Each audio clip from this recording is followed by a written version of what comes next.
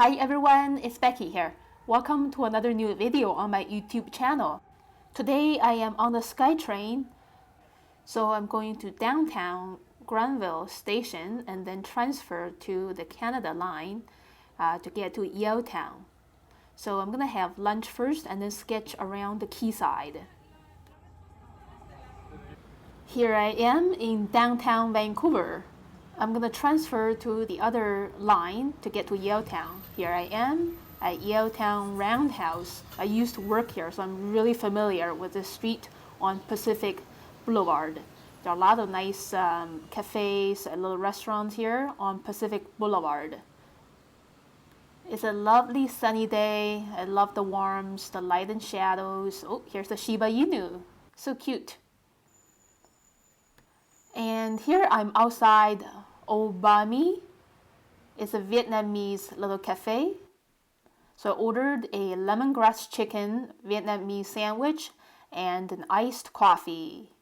So first of all, I did a quick sketch of my food and drink, like halfway done eating.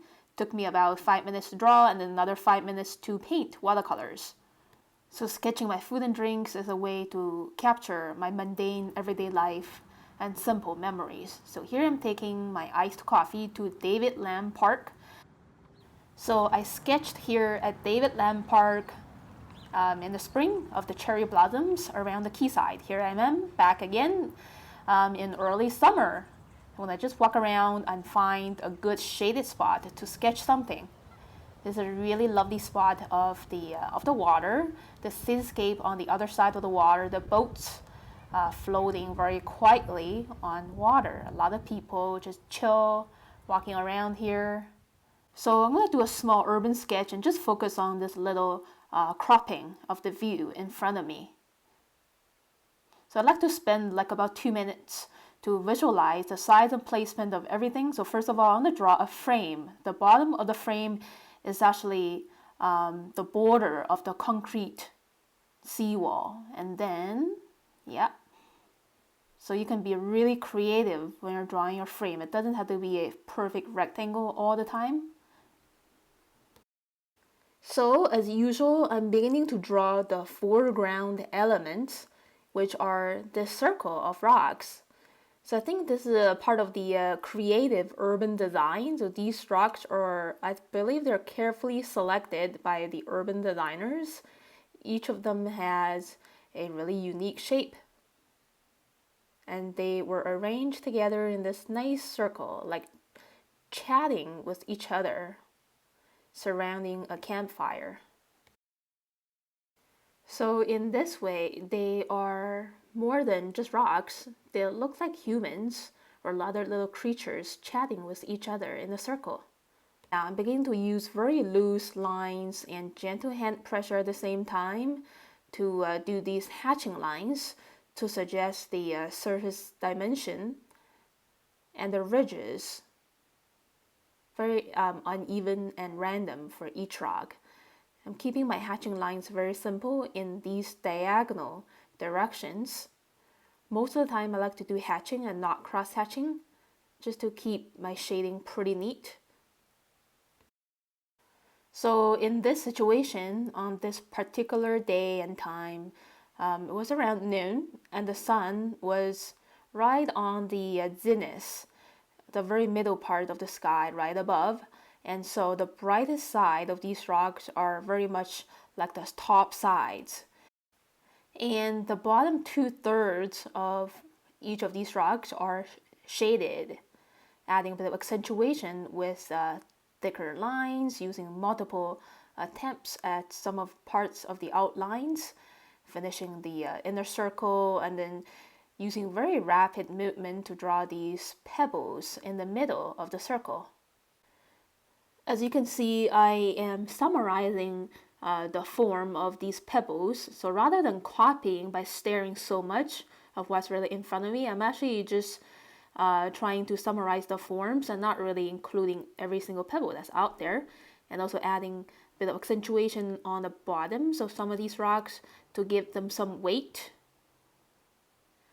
And I think that's very much it for those pebbles, adding some slightly heavier hatching lines the second layer of hatching lines for some deeper shade around the bottom 1/3 of these rocks. And now it's time to move on to the next part of this urban landscape. So now I already envisioned the width of the creek. Now I'm drawing this boat here pretty close to me, the body part, the windows, and the other structures. And again, using some heavier lines in certain areas so this boat pops out better from the paper. Kind of coloring in these windows with solid black. And then adding that water landmark there in front of the boat. Moving on to drawing the next little boat, like side by side with the first one. It's kind of like a little shoe shape. So we could see the side of the boat and the top part, the tip on the right side of this boat, and then adding these little ripples of water using gentle hand pressure and organic little wavy lines. And then moving on to the next boat is looking a little bit thinner and smaller because it's a little bit more in the distance. The mast is and the wires are pretty important to define a boat. Okay, and then moving on to the next one. This one is a smaller boat. Again, really like drawing these masts. These boats are actually looking pretty abstract there in the distance. It's just the vertical lines of these masts really suggest what they are. And then now I'm drawing this horizontal line, and then some more tiny boats in the far distance. These masts and the wires slanting down. As you can see, on the right side of my sketch, the continuous horizontal line is being obstructed by these boats. So the long horizontal line is actually the bottom of the land across the water. Okay, so that's very much it of all the boats. Now I'm adding another horizontal line pretty close above to define the seawall with lots of rocks piled up together to construct the seawall. And another loose horizontal line above for the flat platform, the walkway. And then these foliage clusters in the front part of the little land. A seagull flying by, trying to define these clusters in a little bit more detail. These are different species of trees close together. Some are spherical, some are in cone shapes.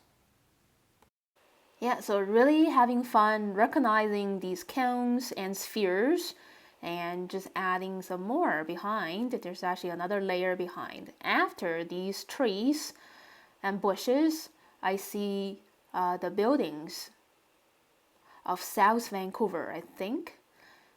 So when I'm drawing buildings, I just begin with a simple rectangular outline, and for those details such as windows, because they're in a super far distance, I just keep them as simple dots or rows of short horizontal lines like these.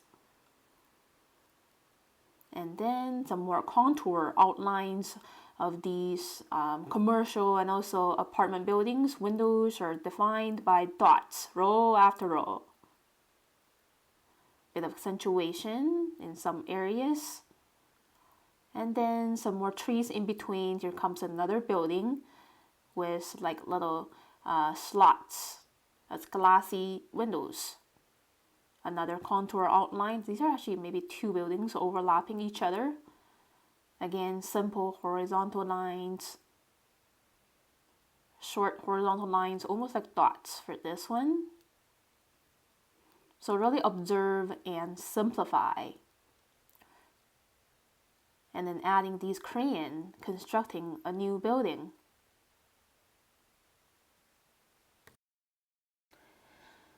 So as you can see so far, when I'm sketching an urban landscape, most of the time, not all the time, just most of the time, I like to start with the foreground element. It could be a tree, it could be part of a building. In this case, I have the circle of rocks, and then I move on to the middle ground to draw those boats, and then the background area with the layers of trees and shrubs. And then the very back, I have this row of buildings kind of overlapping with one another, adding some more good details for the clusters of foliage.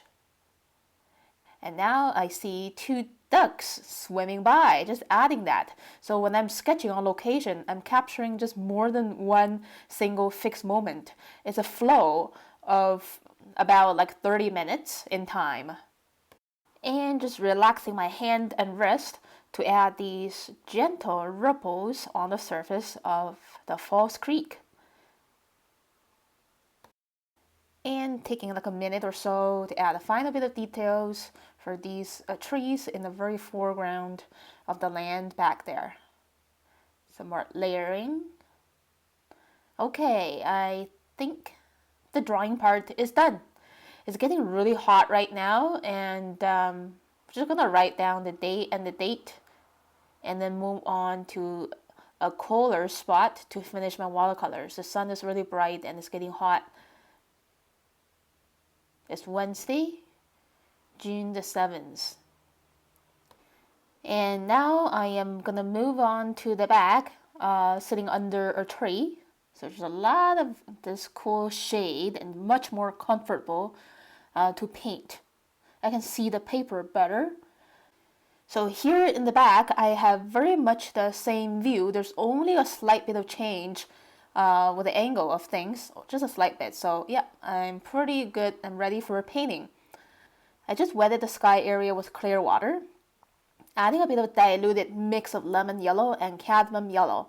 The sky is a little bit hazy because we're having a lot of wildfires in British Columbia, in Alberta, like all around North America.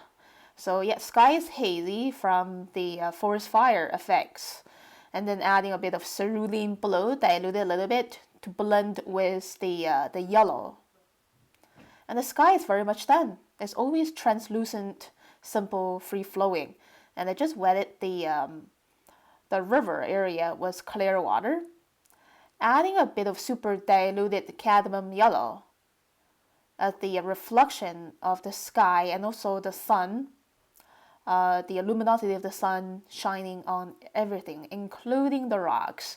So a nice underpainting for the rocks as well. For the land there on the other side of the water, on a bright sunny day, I feel that there's always a nice mellow yellow glow for all the objects under the sun. And then I'm putting on this vibrant spring green. Is a mix of lemon yellow and lime green for the first layer of these foliage shapes. And because the temperature is really warm, I need to work fast with a wet on to wet technique. So now I am blending on a bit of leftover viridian green on top of the yellow green. So during hot summer days, it could be pretty challenging to do wet onto wet. As your first layer could be dried up almost immediately, so you have to try your best to work pretty fast. If you have some harsh brush strokes because the previous layer is pretty much dried, you can still blend. Okay, so here I am actually slowing down my process. I just put one quick dash of brushstroke on, clean my brush on the towel, and just rub around the brushstroke to let the color blend with the previous layer, if the previous layer is all dried. And it's completely fine. It's a kind of aesthetics to have a slight bit of traces of your brush mark. You don't have to flatten down every brush mark. As you can see, when I'm adding this mid-tone of green, I'm not overpainting. So the top ring area of the foliage shapes are shining with the yellow-green, untouched. And now I just added a bit of diluted burnt sienna for the seawall, the rocky area underneath the foliage shapes. And now I'm just mixing my own kind of muted turquoise. So to mix turquoise, you can play around with cobalt blue and a little bit of dark shade of green. Dilute it a little bit, and then using thick and thin brushstrokes, skipping around the mellow yellow glow on the first layer to depict the shine of water. So basically, one of the tips for painting water is to keep your blue turquoise or green turquoise, depending on the color that you see. Keep it kind of diluted, not super solid compared to the color that you put on the trees and rocks. Yeah, and using thin and thick brushstrokes to suggest the ripples, the lapping water. And also skipping around in between for some white or almost white gaps for the shines on the water surface. And you can go over some of these blue brushstrokes with some more concentrated, just slightly bit more concentrated blue turquoise for a good sense of depth. Yeah, for example, here in the foreground area, we can see deeper colors and tones. Yeah, just go over these foreground lapping waters a little bit more with a more concentrated blue turquoise. And now I just grab a little bit of yellow ochre, mix it with a leftover orange, dilute it with a lot of water for the first layer of the buildings in the distance. Again, they're kind of shining, illuminated by the warm sunshine. Yeah, the shadow time for these rocks. So I like to mix my own gray with blue, magenta, and a little bit of green. Yeah, just putting this shade color on the bottom half to the bottom 2/3 of each of these rocks and leaving the top part untouched. And grabbing a little bit of the leftover bluish gray, dilute it a little bit to put on the boat. And then another layer for the shaded areas, especially on the very bottom part of these rocks. So yeah, it's more of a purplish gray containing a higher ratio of purple. Mix in, shade the pebble area a little bit, the shadows of those two rocks in the back. And again, to make a really interesting gray, rather than putting water into black, you could mix your own by mixing blue, green, and magenta or royal purple. Yeah, and some more deeper shades on the bottom, so there's higher contrast. And now I am adding some very light tones of brown for these buildings on the other side of the water. I believe these are the older buildings of South Vancouver. A lot of these are like commercial buildings and also apartment buildings. Yeah, and a lot of these older buildings have this brown and sepia tone. All right, and moving on to the third layer of the foliage shapes, I'm beginning to add the shade color. This is a mix of vermilion green and a bit of burnt sienna. Okay, especially for those evergreen cone-shaped trees, they have a more denser green compared to the deciduous trees, and adding just quick punches of gentle brush marks on the bottom area of these trees and bushes. Another quick brush stroke of burnt sienna for the rocky seawall. Bit of leftover bluish gray for the shadows of these boats on the water, so they look more reasonable on water. And now I'm trying to add more renderings for these rocks in the foreground. So just grabbing some leftover yellowish brown, adding a very gentle yellow-brown glaze on top of these rocks, and also for the shining spots as well. They're not perfectly yellow-white. They have those bit of stains from the seaweeds. Yeah, so giving them a stronger yellow tone there on top. Now moving on to the final polish stage of my painting. So yeah, just grabbing a little bit of leftover gray, diluted a lot with water to paint these, probably the glassy areas of the buildings on the other side of water. Yeah, so they look more, having more volume. And because the sun is shining from the very top of the sky, yeah, most of the front, pretty much all of the sides of these buildings, except the very top that we can't really see, are shaded. And now just adding final contrast, the shadows of these rocks on the pebbled areas and also in between, they're also giving each other shadows. That's very much it for this sketch. It took me about 40 minutes to draw and paint. Here is a look of my finished sketch. It's a really enjoyable time sitting here by the seawall at Yaletown.